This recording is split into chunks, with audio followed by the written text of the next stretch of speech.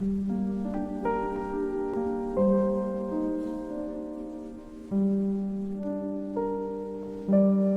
ballroom glowed beneath rows of candlelight. Warm gold shimmered against polished floors, while music moved gently through the room, carried by violins and quiet laughter. Conversations overlapped in every direction, rising and falling like soft waves beneath the sound of dancing shoes. For the families gathered there, evenings like this were never simply about music.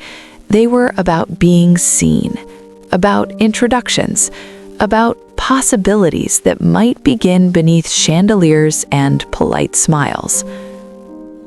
Elizabeth Bennet stood near the edge of the room, observing more than participating.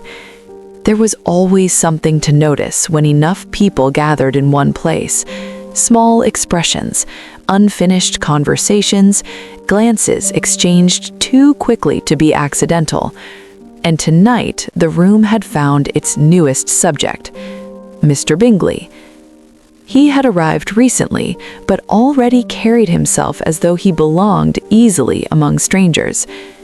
He smiled often, danced without hesitation, spoke with warmth that asked little effort from anyone around him. Mothers approved quickly, daughters noticed immediately. Even those who had not yet spoken to him had already formed opinions behind folded fans. But beside him stood another man who drew attention differently, Mr. Darcy. Where Bingley moved easily, Darcy remained still. Where Bingley welcomed conversation, Darcy appeared untouched by it. Tall, dark, composed beyond comfort, he stood with the kind of reserve that made people curious before deciding whether they liked him. His expression rarely changed. His eyes moved through the room without lingering long enough to invite familiarity. And yet, despite his distance, attention followed him, because some people seemed impossible not to watch. Elizabeth noticed this too, not because she admired him. Not yet. Only because his silence seemed almost deliberate, as though he had already judged the room and found little worth engaging. Nearby, Bingley laughed at something said to him, then turned again toward his friend. He had danced twice already, possibly 3 times. His energy remained untouched. He urged Darcy toward the floor once more.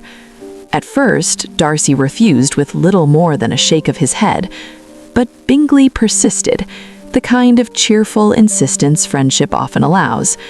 A gesture followed, a suggestion, and then Darcy looked across the room. His eyes landed briefly where Elizabeth stood. Only a moment, long enough to recognize who Bingley meant, not long enough to soften. Then came the answer, low, calm, almost careless. She is tolerable, but not handsome enough to tempt me. The sentence should have disappeared beneath the music, but some words arrive sharper than intended, and once heard, they stay. Elizabeth heard every one of them. For a second, nothing changed around her. The music continued. Dancers crossed the floor. Someone laughed nearby. Yet inside that ordinary moment, something fixed itself clearly in memory. Not outrage, not embarrassment, only awareness. The kind that settles quietly before becoming amusement. A small smile touched her mouth, not because the words carried no sting, but because pride answered pride more quickly than hurt ever would. Across the room, Darcy had already turned away, as though the moment required no further thought, as though she had never mattered enough to notice whether she had heard him. And perhaps that was what remained most, not the insult itself, but how easily he returned to indifference. Elizabeth looked elsewhere then, allowing conversation around her to reclaim the evening. but memory had already chosen to keep his words. Sometimes the smallest moment arrives unnoticed, only later becoming the beginning of everything. Because before the night had ended, before another dance, before another conversation, before either of them understood what would follow, Mr. Darcy had already made himself impossible to forget.